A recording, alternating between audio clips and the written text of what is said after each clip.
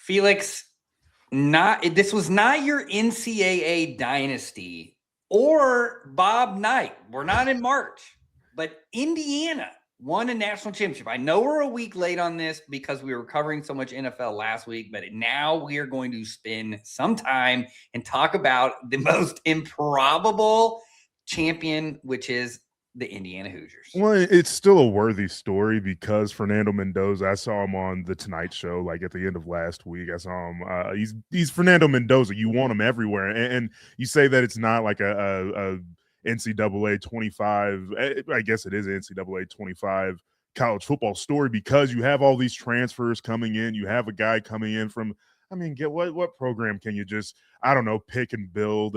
James Madison, sure, whatever. And then, we need a new job after a couple of years. Let's just go to Indiana and say, like, they're all of a sudden going to win the national championship. Like, that's just one step ahead of people doing, like, Middle Tennessee State winning the national championship. And so, like, it is the perfect modern college football story, and Fernando Mendoza being at the center of it all. Like, it's just such there isn't another word to describe it other than beautiful. Like, that's just what it was. Like, it's just college football. It's the perfect season, the perfect guy at the middle of it, the perfect coach. It is the perfect modern college football story.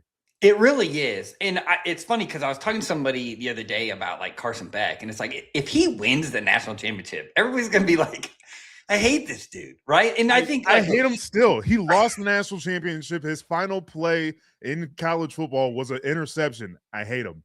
I'm not a big fan of him. And I think, like, he rubbed some people wrong, the wrong way at Georgia. He kind of has that. He has a personality. We've talked about, like, Caleb Williams and his personality and some of the stylistic choices that he makes that people don't like.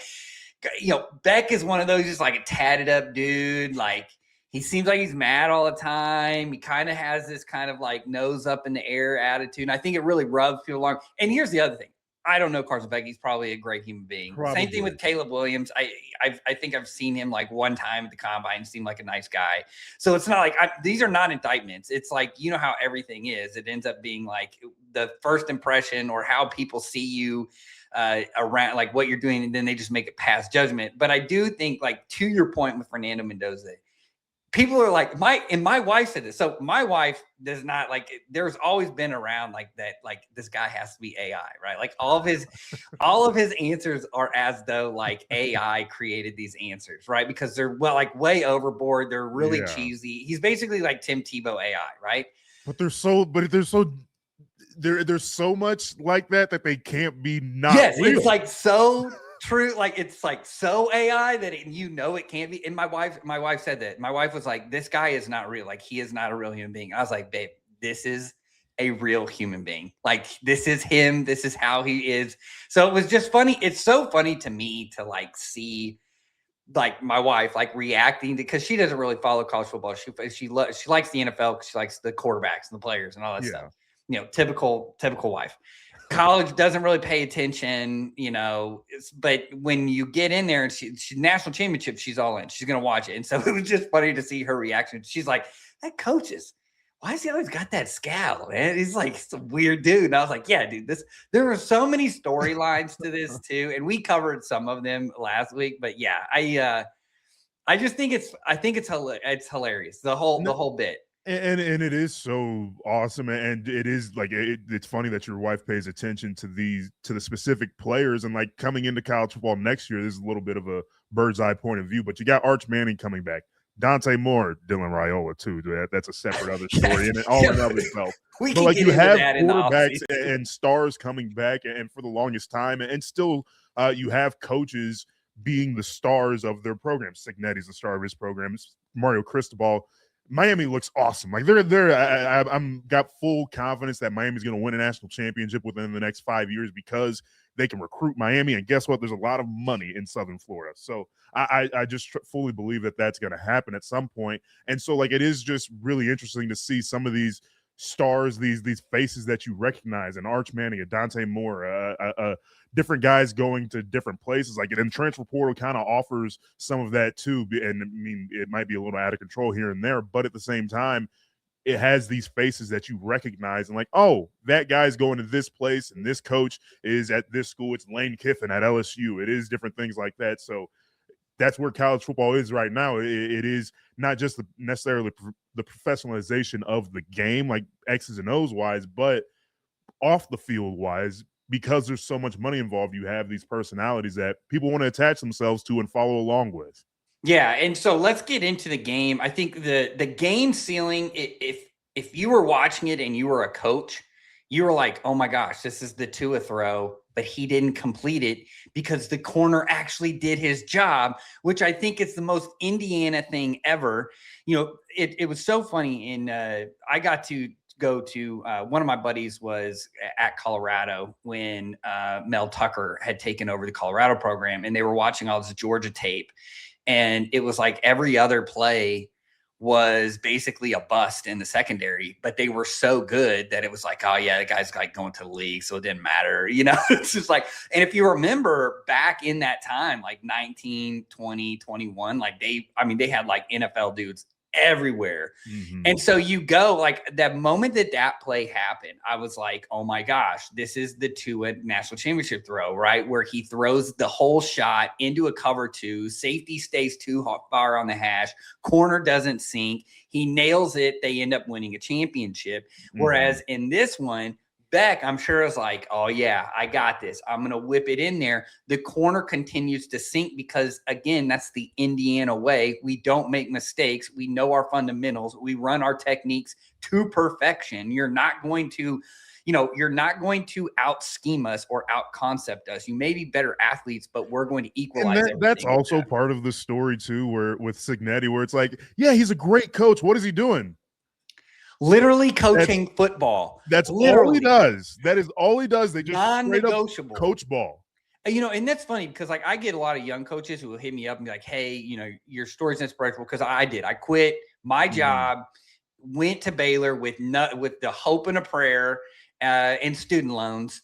And I came out on the other side and got a GA job. Now, it didn't end up working for me, but I always encourage people to go do it, because what you don't want to do is look back and have that regret of like, oh, well, I didn't go do it. But to your point, like I tell these guys all the time, they're like, what is one thing that you would do? I would be an asshole about fundamentals. Be to the point where the guys roll their eyes because your hand placement wasn't right or the technique wasn't right. And because that is your floor. The talent that you connect that to is your ceiling. So you really want to talk about, and Georgia to me was this when they had their back-to-back national championship. It was the best scheme with the best coaching, and then you had the best players. And so you had basically, it was everything combined. When you get that trifecta, you're pretty much unbeatable. And I think with him, it was just basically like, with Cignetti, you're right. It's, coaching still matters. Yes, it comes down to the Jimmies and the Joes, but when everything's equal, or when you're in an equal setting, how can you amplify your team, be elite tackling, be elite at the fundamentals, be elite at the block destruction, and then block creation? Because that's the thing. Everybody said going into this game is that, hey, Miami's offense is huge. They're going to get in tight splits. These guys aren't going to be able to do it. It's like, okay, well, you know, Haynes, the defensive coordinator, had a flip. And we'll talk about that here in a second. But I think like it was a master class on both sides. I think defensively, Haynes and Heatherman called great games. You look at Indiana, they gave up one really long run. If they don't give that up, I mean, we're looking at a very, very weak run game from Miami. Malachi Tony was going to get his yards. Beck was going to get his yards. But I think that to me is really interesting, is that, to your point, yes, coaching matters. Be an asshole about the fundamentals. Mm-hmm. Yeah, I mentioned all the quarterbacks coming back. Oh yeah, Jeremiah Smith, Malachi Tony, and Ryan Williams got to come back. The receiver class, not this year, but next year, is going to be absolutely. I think there's a lot of teams, which is really interesting, because we'll talk about this in a second when we get to the NFL hires. There's a lot of guys, and if I'm a young coach like the Urdunsky kid, or some of these like the Shieldhouse, or some of these really young guys, I'm like, you know what? I'll take this interview, But if it ain't working, I'm hold on to my name. Hold on to my business card. I'm going to pull a Ben Johnson and I'm going to hold out because the quarterback class is not that great. Raiders and Cardinals and Titans and teams that are used to hiring coaches every other year. Hold on to my business card. Yeah, just you got this. I'm going to come back in another year when I know the quarterback class is probably going to be a little bit better and that receiving class is going to. So even if I get to somewhere and we have a decent or a good quarterback, I can at least say, hey, we can add a weapon. Next year, we can also get Jeremiah Smith. Like what? Right, exactly. And if you're sitting with 2 first rounders next year and you need a quarterback and you need it, it's like, dude, you can load up. You can load up on that. I think I think that's a good point that you just made. Yeah. All right. Sticking within the game, and I think that is really interesting. And I've been saying this for the last couple of years, and we can go back to the bird's eye point of view with college football, where we haven't seen an SEC team win a national championship in 3 years. But that's an eternity in college football, where that's an entire cycle. Where, and in today's college football, that's 3 new teams. That's 4 new teams. Hell, depending on who your head coach is and how you work the portal and NIL and all that good stuff. So, is it more of like, oh yeah, we're just seeing like, yeah, coaching is winning the day, but also a guy like Mario Cristobal, who is a great X's and O's guy and all that good stuff, but it also is just like, yeah, we just got dudes. We just got dudes that are bigger and better than yours. And it just so happened that Indiana's just happened to have the better ones on that day. Well, I think it's twofold. I think it's both. And I think it can be both of those things. You can have elite coaching, but then you can have elite talent. I think that's where we saw with Miami. Now, a lot of the Hurricanes fans are going to be mad at Shannon Dawson. The offense did look very vanilla. It looked like it was very predictable. It kind of had an idea of where the ball was going to go. Haynes talked about how they did a really good job of moving Tony around. They did some different things. Some of the coverages that he had designed, they were kind of messing with it. You could even tell, too, like he played a pretty vanilla game in terms of defense. I think in both instances, Indiana is a great example of we really only have, I think they had 7, and I could be wrong, but I think it was less than 10 4 or 5 stars on that team. And that means like whether they were a transfer star or they were before they transferred to Indiana. Mm-hmm. I think Miami had 56 of their 85 scholarship guys were 4 or 5 stars. So I think Miami's a great example. And none of them are from north of Orlando. Yeah, none of them, right?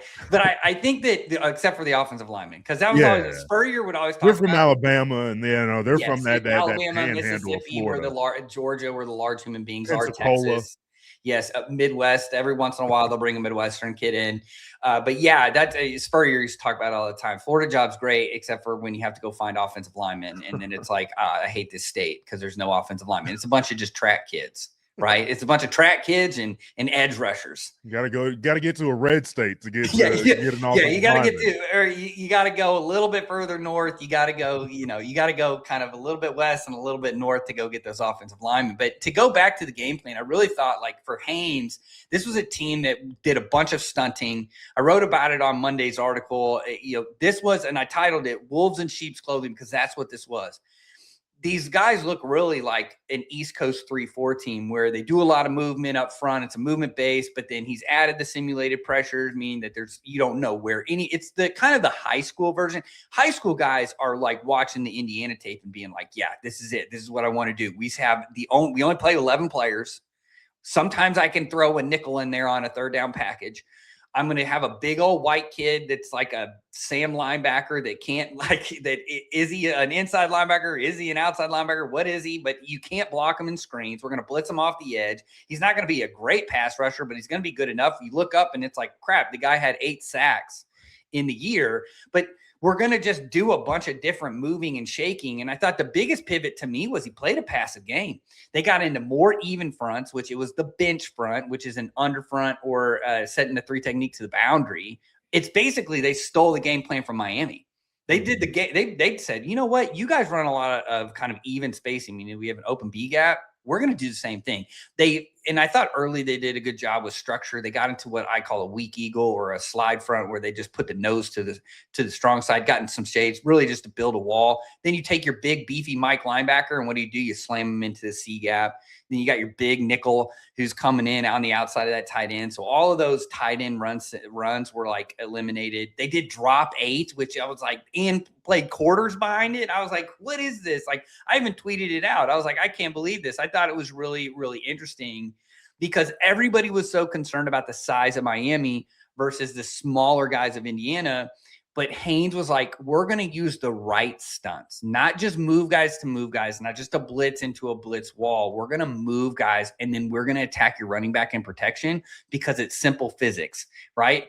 My guy is moving, your guy is static. I don't care how big and beefy he is. I'm going to put him in the quarterback's lap, and that's what happened. And your guy's a little upset that he didn't get the ball here. Like, that's just how skilled players are, no matter what the play is. And it's just like, and your linebacker's like, finally, all right.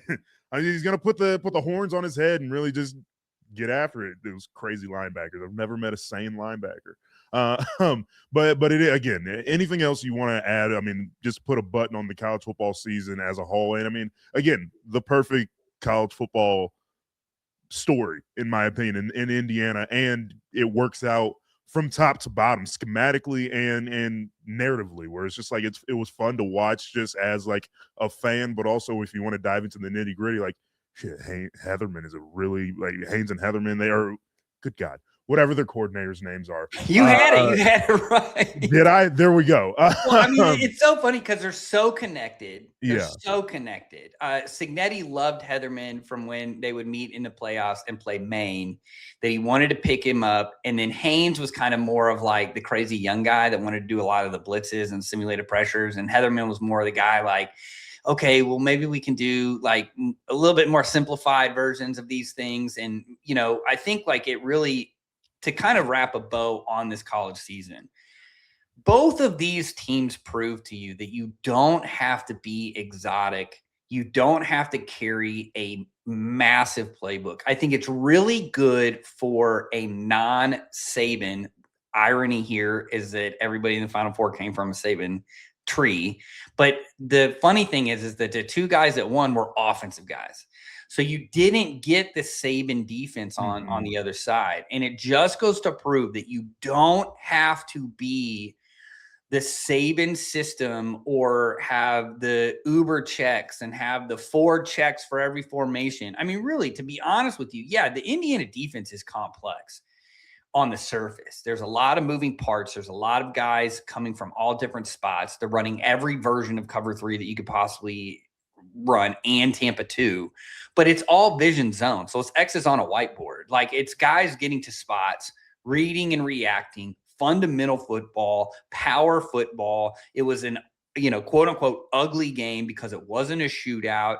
And so I think like coming from this, you're just learning that, look, football is really simple. We make it complex. I think more is more if you can teach it, but one of those things where if you double down on the fundamentals, the creativity can spring from that. I really like that. I thought Haynes changed the math on Miami. I thought Heatherman did a really good job of taking away some of the things that Indiana was trying to do and really force Mendoza. Again, this is probably the number 1 pick in the draft.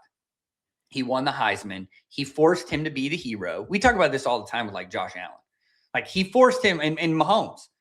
You force them to be the hero, and they either are the hero or they lose. And in more times than not, they're the hero. And, Heatherman, look, we play in a quarterback-centric game. As much as, I'm a defensive guy. Match quarters is a defensive place. But do not think for a second I don't understand that the quarterback, more than anything, is what's going to win you these games. The majority of my life has been protecting that man. What are we talking about? That's all. So you understand. You're the one getting ripped because the guy even got like a hand on him. And what are you doing rolling out? Like, what are we – stop.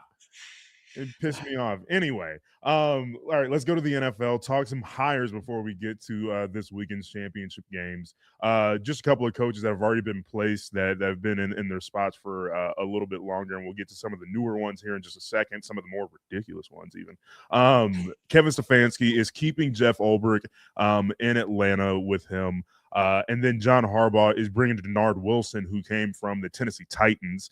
We talked about him throughout the season, him and Anthony Weaver a handful of times throughout the season, despite that not having players. They are like doing some interesting things defensively. And so it is interesting to see that some of these guys are bringing on some faces and names that we're familiar with. Yeah, Ulbrich knows Stefanski. I think Ulbrich did a really good job of fixing a lot of the problems. Again, the Falcons had a pass rush. The Falcons had a pass rush in 2025, which they've been waiting for. Now, yes, they had two high draft picks in that, but Ulbrich was able to do a lot of different things. I think what Ulbrich now, not necessarily having to run the same cover schemes as Raheem Morris wanted, can do more quarters, cover 1, cover 6 world. I think you're going to see him kind of blossom a little bit more. Denard Wilson, if you forget, was the passing game coordinator for John Harbaugh. So when McDonald got the job, for whatever reason, and this was always what I never understood. McDonald leaves to take the Seahawks job. Weaver goes to take the defensive coordinator job with the Dolphins. Denard Wilson leaves to go take the defense coordinator with Titans. The Ravens are left holding the bag and have to turn to Zach Orr and John Harbaugh. Why did you not pick one of those guys to just be the defensive coordinator? I think, and to be honest with you, I think like if you stick with Denard Wilson, because that was what was the problem for the Ravens the past 2 years? It's been the secondary and trying to figure that whole thing out. Not Kyle Hamilton, or even Marlon Humphreys. It was everybody else in that secondary. Keep the secondary guy. Mm-hmm. Weaver was going to leave regardless. He wanted to be a head coach. You're probably going to go with a back-end guy because that's where your talent is. So I thought that was always a really, really weird deal. And speaking of the Dolphins, Hafley gets the head coaching job. Think about this. This guy 2 years ago was the head coach at Boston College. Everybody thought it was really weird that he would leave a head coaching job at college football to go be the defensive coordinator for the Packers. And look where he is 2 years later. I think it ended up working out for him. Yeah, and I heard a whiff of him potentially bringing Malik Willis down there. I think the Tua Tagovailoa experience is over in Miami, despite there being a massive price tag. Well, and they kept Slovic. So I think there's like people are like, oh, 2 and 2 together. I think that they start with. I think it's Quinn Ewers that starts at the beginning of the year if they don't bring Malik Willis. Mm-hmm. They're kind of stuck in the same deal with the Broncos of where, what are we going to do with this massive contract and this quarterback that we don't want to play? And I think like sometimes you just got to bite the bullet. And that's what the Broncos did. Look at them. They turned that thing around in a year. You just hired a brand new head coach. You've had decent success, but it's been like NFC South success, right? Mm-hmm. Like not AFC East. We got to keep up with the Bills' success. I think you take a hit in year one. You got to redo that secondary too. That secondary has to get fixed. So you keep camaraderie with Slovic. I don't know what they're going to do at quarterback. Malik Willis makes a lot of sense. I could see them starting Quinn Ewers at the beginning of the year. I could be completely wrong, but I think it'd be really hard for you to go back. I know it's a new head coach, but are you going to do the Tua reboot 3.0? We already got the 2.0. We're doing it 3.0. I just think I think it was pretty much done, because here's the deal. Here's the other thing. If McDaniel fired Tua, but the owner didn't want to fire Tua, McDaniel would have been fired a lot sooner. I think it was an organizational choice, and they made it and they decided to move on. I think it's going to be really hard to go back and be like, okay, we're going to go back to Tua. Yeah. All right. Let's circle back to this one. Let's talk Jesse Minter to the Baltimore Ravens real quick. The second best, whatever. I have a lot of feelings on this coaching carousel just because it has some resemblance to this year's college football coaching carousel, but at least in one spot. But the Baltimore Ravens, they're kind of like the Florida of the coaching, where it's like, yeah, it's the second best job, but like somebody's gonna get it. It's like, Jesse Minter, John Summerall, nice, but like, why Jesse Minter if you're the Baltimore Ravens? I think they feel like they missed out on Mike McDonald. I feel like they probably looked and said, you know what we should have done is when he had that success and he turned it around, we should have moved on from John Harbaugh when we did. They could have easily said, look, you're not maximizing Lamar. we want to do something with Lamar. I think this shows you too that it was more or less they were ready for a change than necessarily, hey, let's bring somebody in that Lamar wants, right? I think Minter will look, his offensive hire is going to be really, really important. He also already hired the Notre Dame DB coach who is connected to Kyle Hamilton, who has done an excellent job. I don't think they're going to play a bunch of cover one. I know if you watch Notre Dame, they've been playing a bunch of cover one. I think it's more or less like, hey, we've got a young secondary. You have a proven track record of being able to get guys to play really, really well. I have familiarity with you. Kyle Hamilton has familiarity with you. We need to pick up these safeties. I'm good with the corner spots. I think that Wiggins is going to be fine. Humphrey, at some point, age is going to catch up with him, but he's serviceable. It's really, I've got to fix that safety room. And I know that you have a proven track record with these safeties, and I'm going to bring you in and I'm going to do that. So I think to me, that's where that comes from him, but look for that offensive coordinator hire. That's going to be really, really important. Yeah. All right. Big Bob Saleh to the Tennessee Titans. Kind of a boring hire. Yeah. To me, kind of a boring, I don't know. I mean, I guess it depends on how you feel about Cam Ward and where they're going as a franchise. But I mean, I like what Robert Saleh did this year with what he had with San Francisco. But at the same time, it's just like, but again, for whomever was going to take the Tennessee Titans job, I was going to say the same thing about. So, no, I like Saleh. Saleh kind of got a raw deal with the Jets. I think everybody kind of knows that. Kind of got, and two, he probably learned a lot from kind of conceding everything to Aaron Rodgers, which we will talk about eventually. But I think this is a good hire. This is a defensive-minded organization. They really want to have a good defense. I think they want to build on defense, hire a defensive guy. He's now got enough connections, I think, that he can figure out the offensive coordinator piece. There's going to be several guys that he can choose from that he knows, especially from the Shanahan, McVay tree. So again, that's going to be another important hire. When you're a defensive coordinator and you get hired as a head coach, you've got to have a plan. Hafley already had his plan on staff and Bobby Slovic, but Minter and Saleh, I'm really keeping an eye out for who they're going to bring as offense coordinators. Well, I think particularly in Robert Saleh's case of like a head coach who, sure, you failed, it was the Jets and whatever, but you lost control of at least half of your team because of, sure, it was Aaron Rodgers and there's that half of the conversation, but at the same time, you were supposed to be the head coach of the football team and you lost control of that half of your team. So it is kind of interesting to see what goes down there. All right, we can talk about Mike McCarthy to the Pittsburgh Steelers. The worst hire you possibly could have made. I honestly didn't make any sense because you could have just hired John Harbaugh or kept Mike Tomlin or done literally anything else other than this, and I would have been 1,000 times more interested. Like, it's not Congress. Just because the guy's from there doesn't mean that he gets the job. So like that's why it was just so confusing to me. He's from Pittsburgh, Mazel Tov, you got the gig, but at the same time, what are we doing? Just again, it goes back to Aaron Rodgers. Like, okay, so Aaron Rodgers is coming back. He's not going to be there. But my other thing too is like, okay, you're going to hire a new coach in 2 to 3 years. For an organization that has only hired 3 head coaches in its entire history, for them to then pick a bridge coach as the guy. Why? There are so many young coaches that you could have taken. The Shieldhouse kid from the Rams, you could have taken. The Udinsky kid from the Jaguars, you could have taken a chance on if you really thought about him. I mean, you could have done the reclamation project of Brian Flores. He was in your room, right? He was in the office. You could have brought him in if you wanted to stay defense. So there were choices. Shula, you want to go? Look, it's Shula. You could have gotten a Shula for the Steelers. Like, again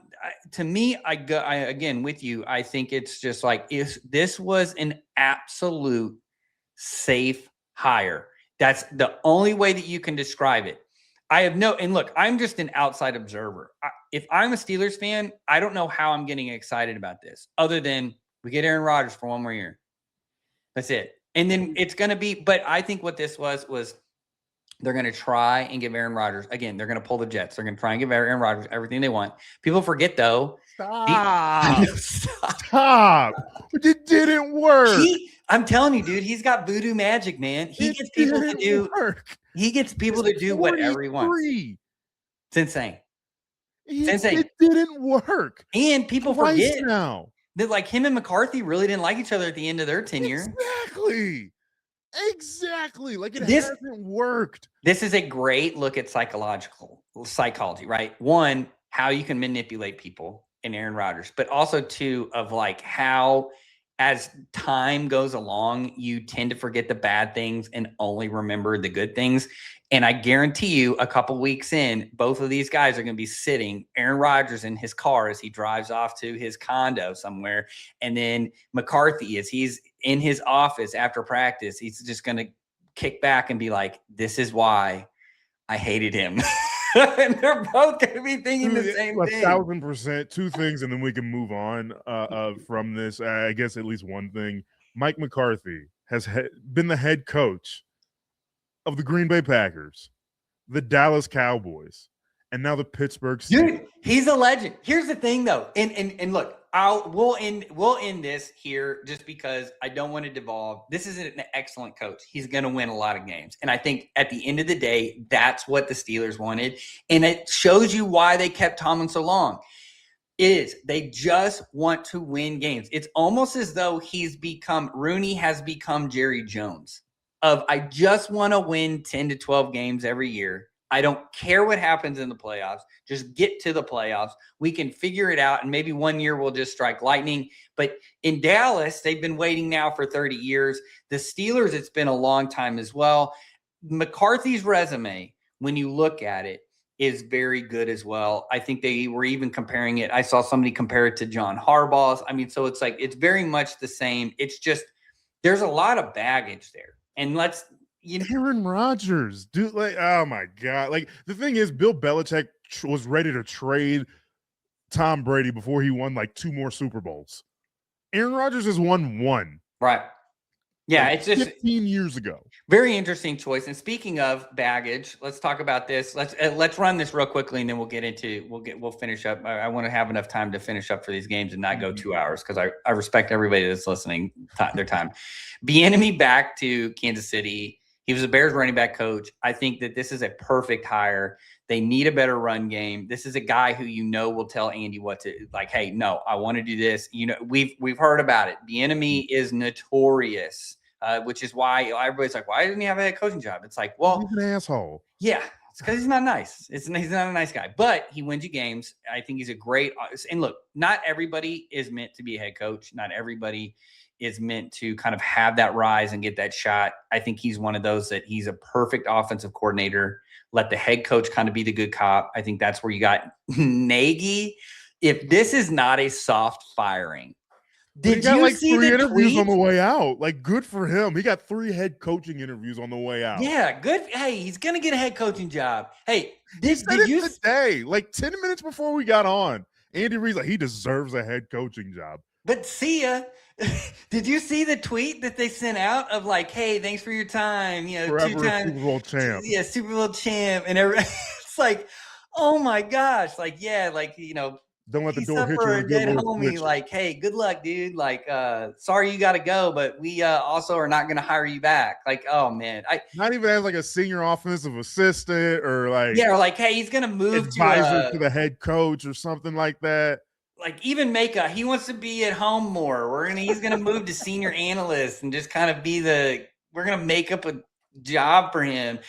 But I will say this, kudos to Andy Reid, because there's a lot of times in this business, especially at the high school level, of where head coaches know a guy needs to move on, but they just won't do it. And they'll tell the assistants, and because I've lived this multiple times, he's gonna get a job next year. Don't worry. He's going to get a job next year. Just just stay here. He's going to get a job. He's going to get a job. He's going to get a job. And then he never gets a job because he's not going to get a head coaching job.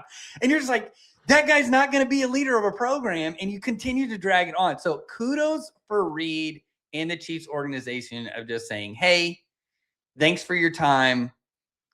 good luck in the future. He'll probably be a quarterback coach somewhere, but man, what an absolute soft firing. He's interviewing for the Philly offensive coordinator job. So you know what? I think that's probably a good job. You know what? That probably they'll whatever you think it'll of create some stability for a spot that has never had any, for a guy that like just for a brief he's not going to go get a head coaching job. Exactly. Like, I mean, or he's not going to get fired immediately. He's a guy that you at least want to keep around for 4 or 5 years if Andy Reid held him around for however long he did. Yeah. But, all right, real quick here. Let's talk about the Buffalo Bills job. It's still open. And I put this in our notes. It's the LSU job of the NFL coaching cycle, where I think that Baltimore was the Florida job of the coaching cycle. We're like, no, that's a great job. Yeah, whatever. It's a great job. Hopefully somebody will figure it out. But then where you look at the Bills job, it's a great job on its surface. Josh Allen, Buffalo, great fan base. All right, why is the governor there? Pagula's a weird person. Like, Pagula is a strange individual. You see the Keon Coleman mess where like he's almost out of it, but also Buffalo fans signed 40,000 of them signed a petition to bring McDermott back, which at this point, all right, like, okay, just do it. Like, you got to do something. You say that. Al Davis has done this multiple times where he will fire a guy and then like bring him back. Now, it hasn't been public. Is that a great thing is that a great legacy you want to follow after Al Davis? I know he's in the Hall of Fame and he's Al Davis, just win, baby. But is that a great thing, great decision you want to follow after? This whole thing is so messy, from the guy who gets the GM who built the roster gets a raise. You have the owner saying wild stuff. You have the GM then throwing Keon Coleman under the bus. People are polling the offseason Hard Knocks combine where they're at the combine. Keon Coleman runs like a 4.6 and he's like, good, now it'll drop to us. And you're just like, what? Whoa, you can't make this stuff up. It's like we were talking about like Fernando Mendoza, like he is so AI generated that he's not. Whereas like this is the most wildest stuff. So again, it also proves, I can't remember. Brandon Dean and Joe Shane, like what the hell are you two doing? And then because we mentioned that on the show last week of like the Giants situation of where like Harbaugh has basically drawn a line from it's like the GM's over here, but Harbaugh makes all the decisions. And it's like Harbaugh's like, I'll be your head coach, but I'm not going to talk to that guy.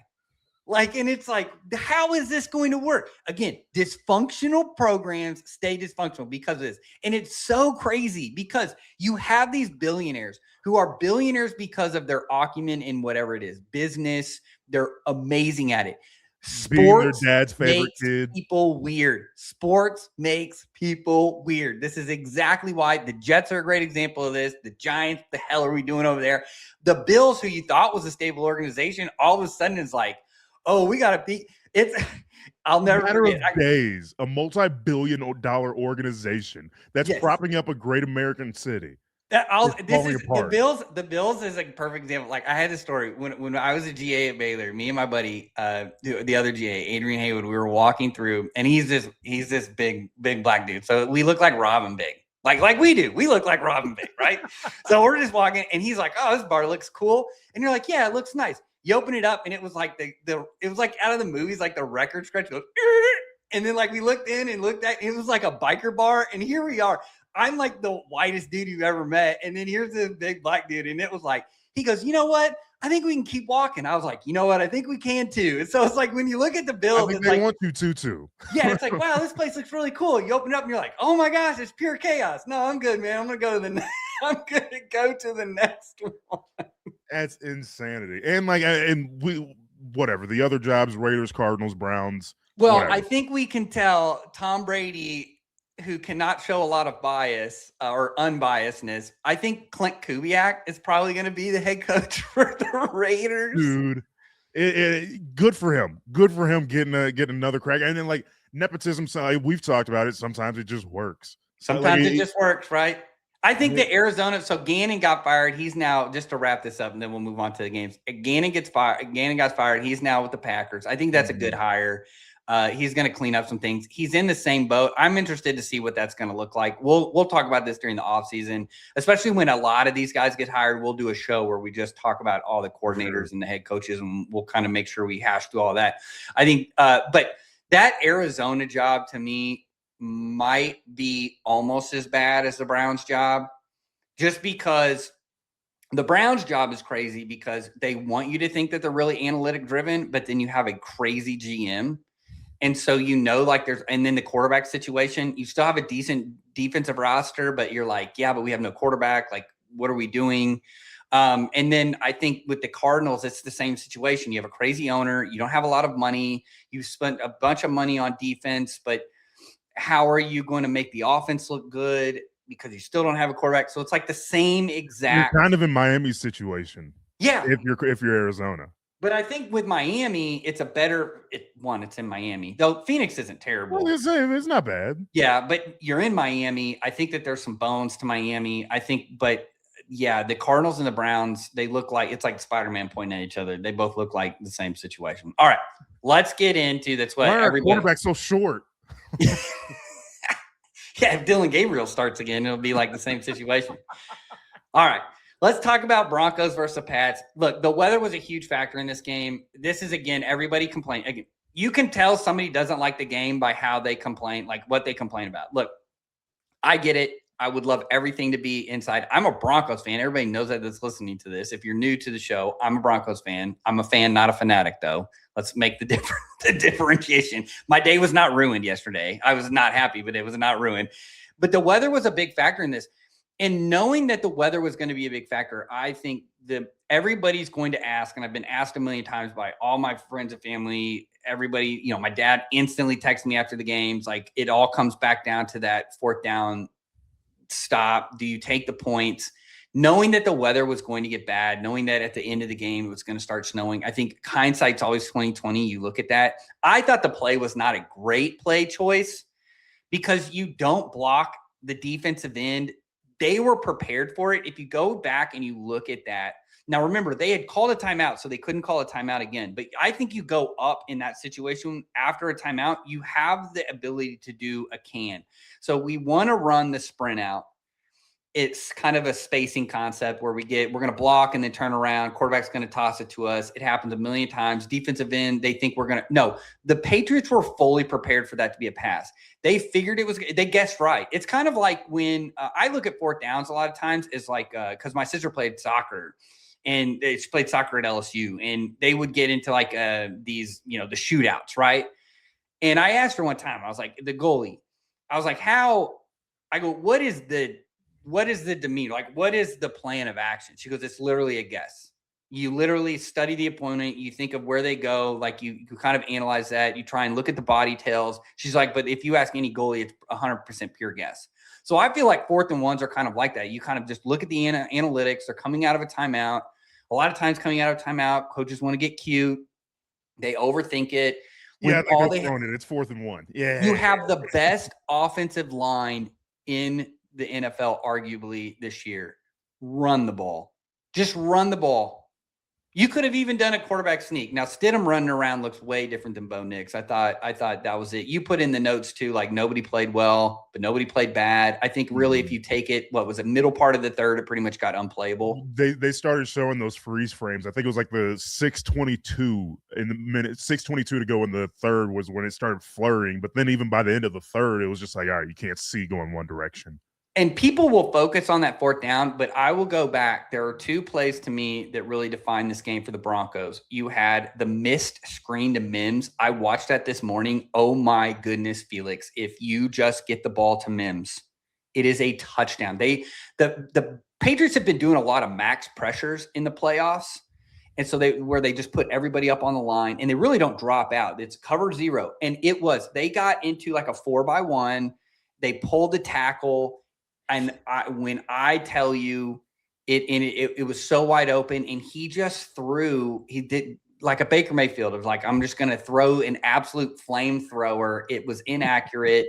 It didn't work. Then I go back to early, the Sutton drop where he turns late out of his break and it's a little bit back behind hip, him. yeah. So, yeah, it wasn't a great throw, but, dude, Sutton catches those most of the time.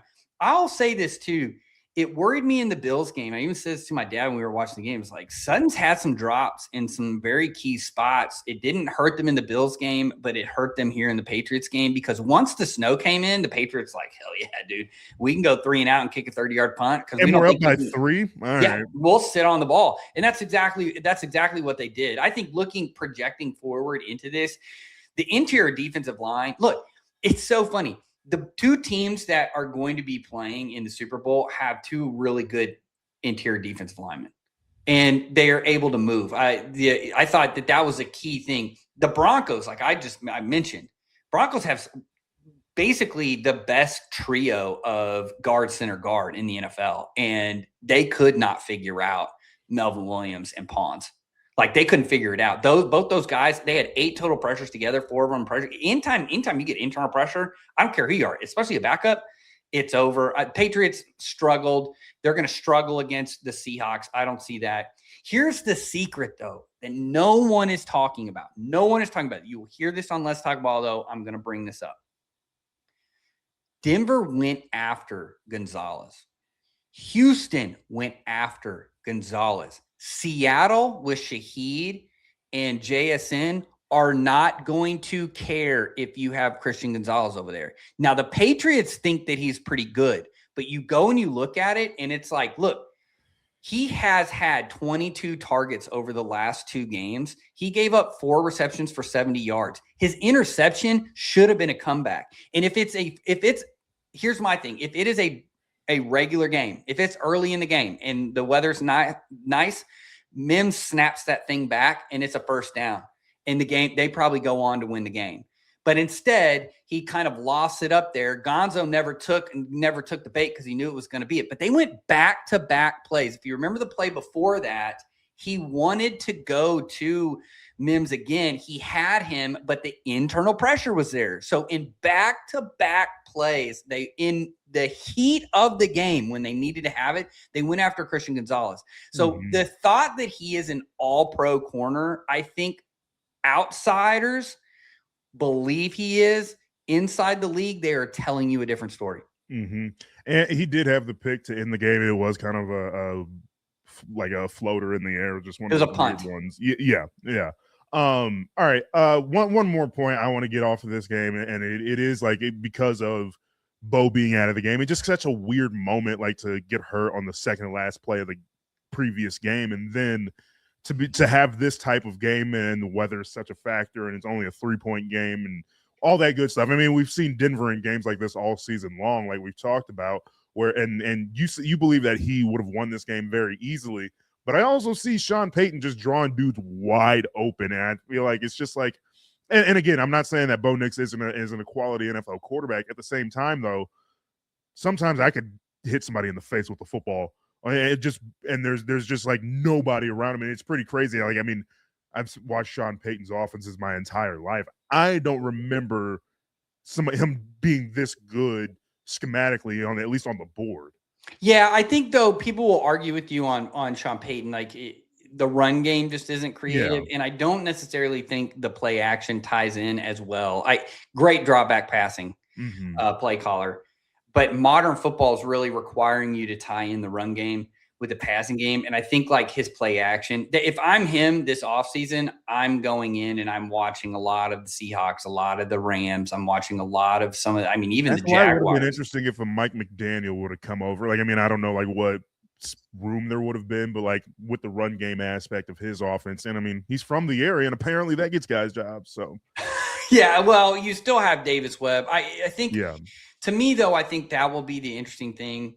The reason why I said Bo would have won it, because there were multiple times where I thought if Bo Nix was in the game, he would have either moved out of the pocket or that scramble turns into a long run, which the key of the game was May being able to scramble. I know Next Gen put a thing up on Twitter, and then they also had it on one of their insights in NFL Pro, was like, I think he had he basically pretty much led them in rushing. And that was one of my concerns. So if you read the chalk last part that I did on the preview part on match quarters, that was one of my concerns, was that the Broncos manufacture the most scrambles in the league. May's the best scrambler. That's kind of not, that may be a strength that you're getting pressure, but that's kind of a weakness in a sense that you're doing that. I thought him being able to do that. And then again, Felix, another field goal operation for the Broncos loses them a game. This one in the middle, just like we saw earlier in the year. Some of this stuff you can't go away from. I thought again, overall, you had the ability to win the game.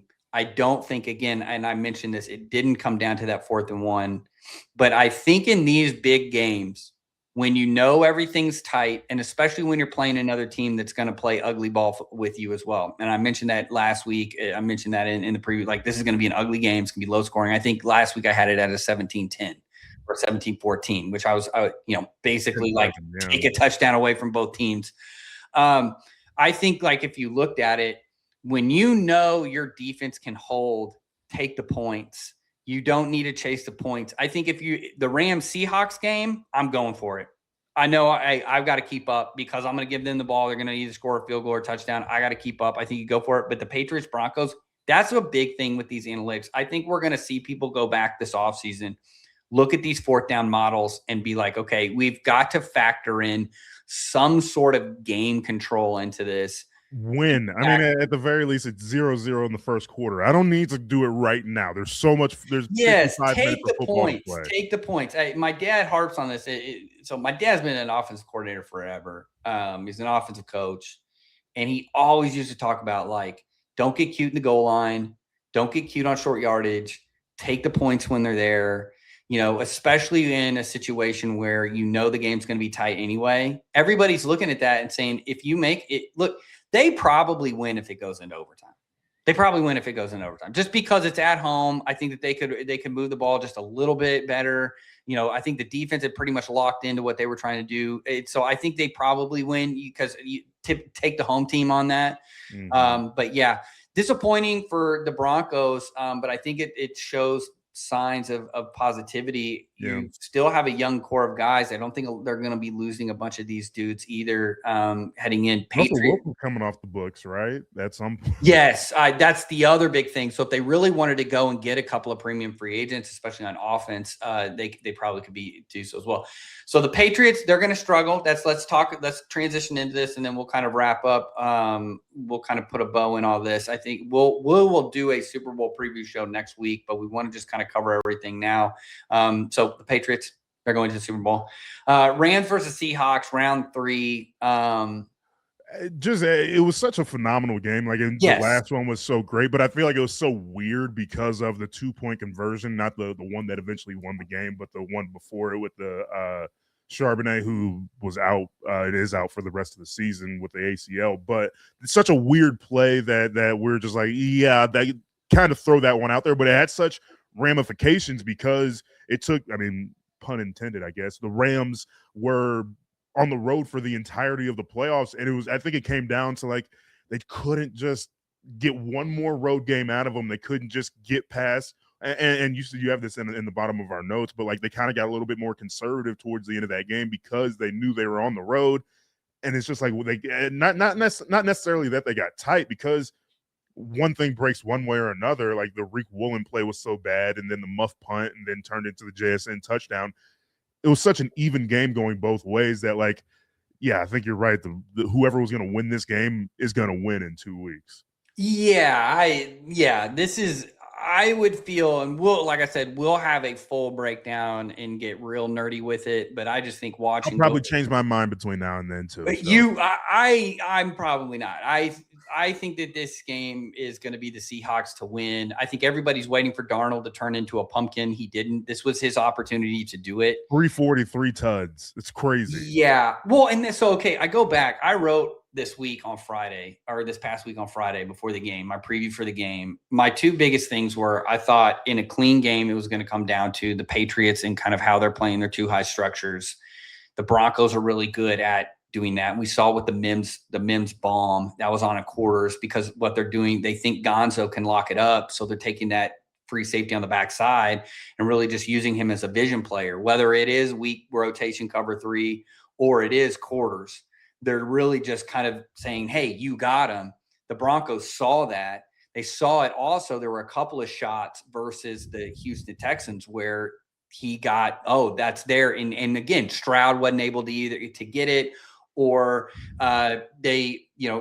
it just didn't end up being able to complete it, but it was on tape. That's the other thing too. I tell people all the time, just because a play isn't completed or is a win, you need to look at everything, because there's a guy up in the box that's like, hey guys, that inside 9 was wide open. That safety has no idea what the backside guy is doing.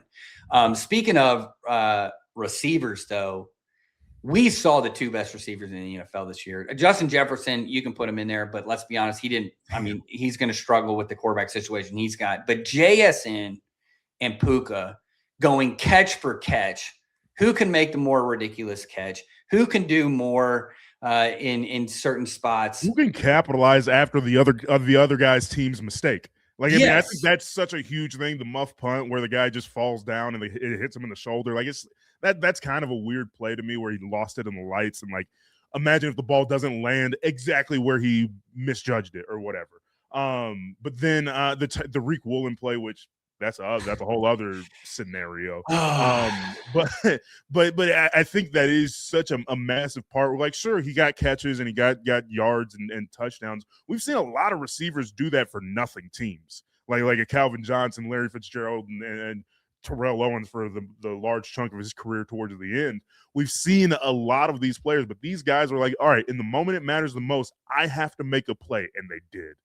Yeah, and I think like the muff punt, again, I think all the Rams fans were like, special teams again. Here it is again. Special teams messing something up. Look, that's an individual play. That's not on special teams coordinator. That's why it sucks so bad. It's that dude. Hey, and I've been there. That's a bad spot to be in when you're backpedaling and you're trying, the ball ends up floating, whether it's because the wind pushes it, there's a gust of wind, it pushes it a little bit further than where you thought it was going to be. You got to backpedal and get that. We've also seen it where guys catch that. I think like it hit him when he was falling down. It ended up being pretty bad.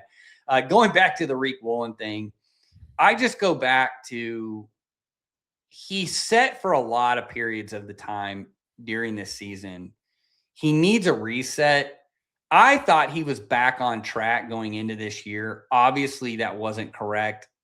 If Mike McDonald can't get to him, I'm pretty hard pressed to find somebody that's going to be able to get to him. But I do think sometimes these guys need a reset. We saw this year, like Eric Stokes in Las Vegas did okay. He was better than he was when at the Packers. Like, he was actually playable. Mm-hmm. He's such a freak. He's such an alien. He is a coach killer. And what I mean by that is that when you have these guys that are they're Adonises, right? They're like, Reek Woolen is a 6'4", 210, 215 pound corner. I said that correctly. He's as big as Eamon Worry, and he's a corner, right? Eamon Worry, I think, is a couple, like maybe 10 pounds heavier. He's like 225, but they're the same size. When those guys stand next to each other, you can't tell who's bigger, right? He can play outside corner. And we saw this during the game. He's elite. When he's on, he's on. But then he does these things of like, I'm going to walk over to the Rams sideline and I'm going to talk. And look, everybody's like, I hate personal fouls right there. That's so dumb. It's like, look, at some point though, if you don't draw a line, they're going to cross it. He was obviously, but again, it's that maturity of, you made a great play, walk away. Now, it didn't end up biting them, but coaches will tell you, if I can't trust you, I'm not going to play you. Well, in that moment, it did, because the next play was a touchdown. And at that moment, you don't know if you're going to win the game. It's such a back and forth game. And at this point, I had to think about, like, oh, yeah, the Rams lost, because, like, it was like, oh, yeah, it was such a close game in my head of, like, yeah, but like that play could have been the game, and like, it could have easily. And if it does, for a young team like that, like, that's a play in like a moment that can really just suck it out of you, where it's just like, damn, dude, we had it all right there, and one decision from one dude, and in the same way, like the muff punt with the Rams, where it's like one decision from one dude ruined it for us. It ends up being the game for you. And I think with him, like, they should have probably traded him because him at trade bait, like, they probably should have traded him to the Titans. I might have a first round pick for him. I'm not even a GM. I mean, I think you could probably give a third rounder for him, and I think you would be totally okay. And it's just, there's a bunch of teams that need a corner, a big physical corner. I think he's one too. Just put him in the boundary, lock him up. Don't give him anything else to do. I think like the Patriots, like you want to just lock up Gonzalez, like just give Reek Woolen, lock him up. He doesn't want to tackle. He doesn't want to do anything other than press. Let him play sticky man coverage, kind of move on. I think this game to me, though, was always going to be like what defense is going to get the one stop or what team's going to turn the ball over. And we saw that. That's really what it ended up being. You mentioned in our notes here, like Stafford diced up this young defense. The secondary of the Rams finally caught up to itself. And everybody's like taking shots at Shula. And I'm like, guys, never look at the one game. The playoffs is a completely different season. Each one of these games have to be looked into in a vacuum because that's really what it is. It's a one-off. These guys are playing completely different games. Go look at what he did during the regular season. He also got 4 picks off this same offense. Like exactly. So I don't want to hear about it. Now, I will say this. My only thing with this is, and I argued on last Friday, you need to bring Cam Curl to the box. You need to blitz him. You need to kill the run game. They didn't do that. And then you need to also, you need to kind of set the tone early. And what I saw was the same game plan that they had. In the first one, it was all covers disguise. And Darnold kind of couldn't figure it out, 3-4 picks, and almost won. The next time it was, we're going to be really passive. We're going to sit back, play a little bit more towards the box. We can stop the run, play a lot more cover 3. I thought going back to this game, what it really looked to me was just, again, it was just another passive game. I thought it was kind of really vanilla. And you go and you look at their 2 prior matchups before they got into this game, and they were throwing heaters. They were blitzing. They were taking, kind of setting the tone early. And I thought they got scared. And I think like at the end of the day, you can't play scared and expect to win. Well, and I think this is particularly frustrating for me as an offensive football fan because I thought we were getting another greatest show on turf, like literally the same jerseys. They were like the Rams, and then if the Patriots win earlier in the day, it's like, oh snap, they're about to play the Patriots in the Super Bowl. See how it goes, and then you have the 2 MVP candidates. They got conservative at the end. They lose to the Seahawks, but I think we're kind of closing the book, and depending on how things go moving on, we're kind of saying goodbye to one of the best offenses we've ever seen, like just from every single standpoint, but all of it is like, sure, Puka's great. Devontae Adams still got it. Matthew Stafford's going to win the MVP next week. I think a lot of that starts with the run game, and I think schematically, sure, it's Shanahan Senior, and so like I understand that it's that, but also, what is Sean McVay adding to this? That like, is it just Corman Williams adding things that just make things a little bit easier, or is it just like they're doing something different that everybody else just hasn't figured out quite yet? Well, I think they flipped, and what has happened is like Seattle. This is a great microcosm of where we're headed in the NFL. Seattle wants to play nickel; they want to be fast. Houston wants to play nickel; they want to be fast. You kind of look at it across. The Rams want to play a lot of dime. They want to play fast. They want fast guys on the field. Right? Yeah, they're cheetah. They want to play fast, and actually, that's their 5 down linemen with 6 DBs. It's called cheetah package. Mm-hmm. So the run game, wide zone, is a horizontal run game. You're going to press horizontal, get a cutback. The crack toss stuff that became really popular with Mike McDaniel is kind of an extension off of what Shanahan had been doing. That's also a very horizontal run game. And I think what happened is as teams got into 5-man fronts, as teams get into wide 9, as teams are like, nah, we're just going to stay in nickel, what you find out is like, I can't outrun those guys anymore. Mm-hmm. And so how do you attack a lighter personnel? You run right at them. And I think that's really what we've seen. So it's all about, for McVay, it's all about finding the gap and finding the weakest link. And typically it's going to be the nickel, or maybe it's the will linebacker. It's who does not fit the run very well. And so many teams, again, have shifted to these anti-wide zone things. So you've seen, this is really interesting. So San Francisco has went from 35% wide zone to 16% this year. LA added power and are still an inside zone in duo. Duo is just doubles all the way up. But think of it as like power without the pull. Vertical run. Now, Rams are running more horizontal, but that's because of the emotions that they're using. It's a motion offense. They're using a lot of horizontal motions, quick motions to stretch you to kind of, hey, we're going to go here, but then we're going to cut back. Inside zone cuts back very quickly. Wide zone does not, and it hits front side. Right. So I think the Rams pivoted from, kind of pivoted to more duo inside zone. 49ers have really leaned into duo.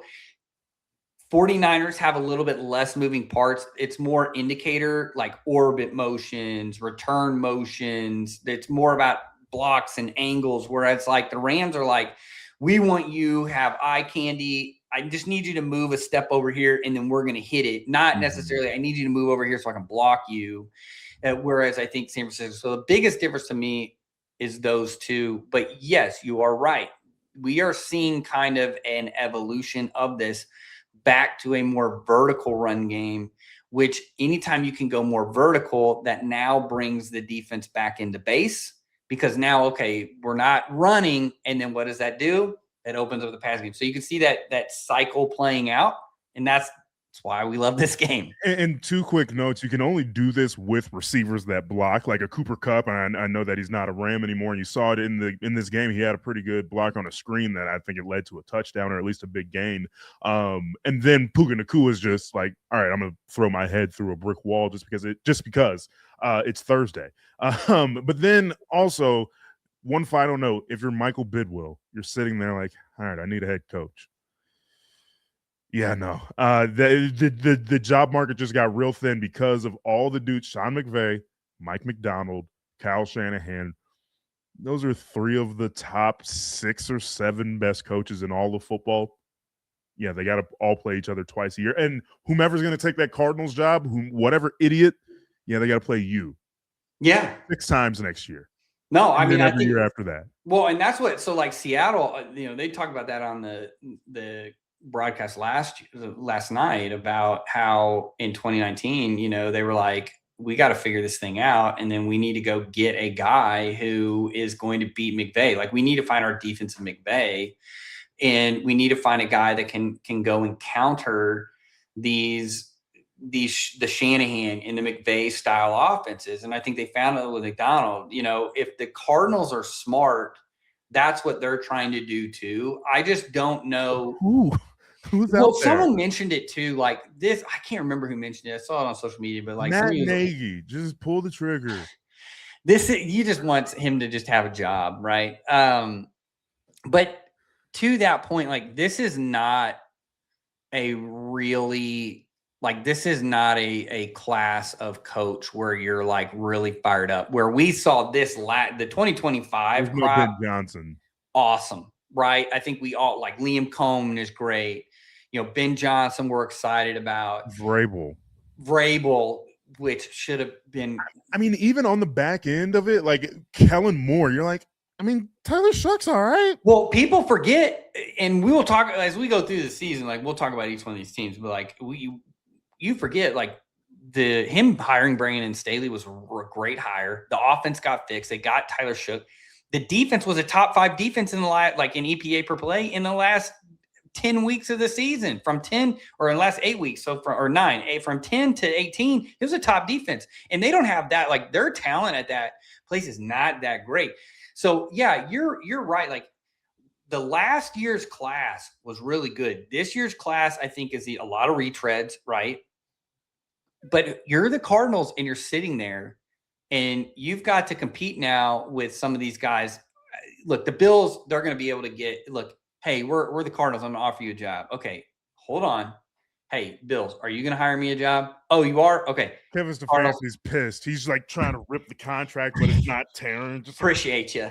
But I'm going to go over here with Josh Allen. I think like with the Cardinals, hire slow, take your time, go through everything that you can think of, find the guy that's going to fit. Look, I think Davis Webb would be great there. I think the Shieldhouse kid would be great there. I think because especially if you want to pull somebody from not to make it a clone, But to say, hey, you know these guys, you know how they think. I'm going to hire you. We're going to give you the support you need. I know that this is crazy because it's the Cardinals, but I think that there is a way that look, they just need to make a really good choice. And will they? They're the Cardinals.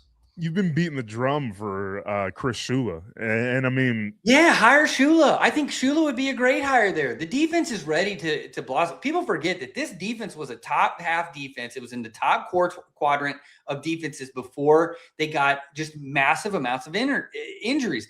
All of those guys are pretty much coming back. I think they're going to re-sign the safety, the Thompson kid. They need to re-sign him. Most of that defense is back for the next year. They have good bones and structure on defense right there. People forget that. It's the offense that needs to fix out. I think Shula would be a great hire, and he would know exactly what to do against. Well, he needs to come up with a better plan for Seattle, but he knows how to beat Seattle. He knows how to beat the 49ers, and he is Sean McVay's best friend.